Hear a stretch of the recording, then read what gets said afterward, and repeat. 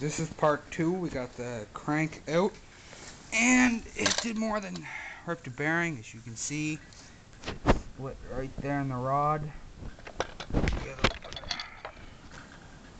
Right there. Snapped in there. And here are the bad bearings.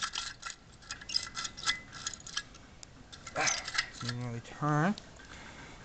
Good bearing over here. Anyway, crankcase over here, it's fine, no marks. We're taking it. We found it for 150 bucks. Getting it tomorrow, and I will have part 3 then, and then part 4 should be a startup video and first drive.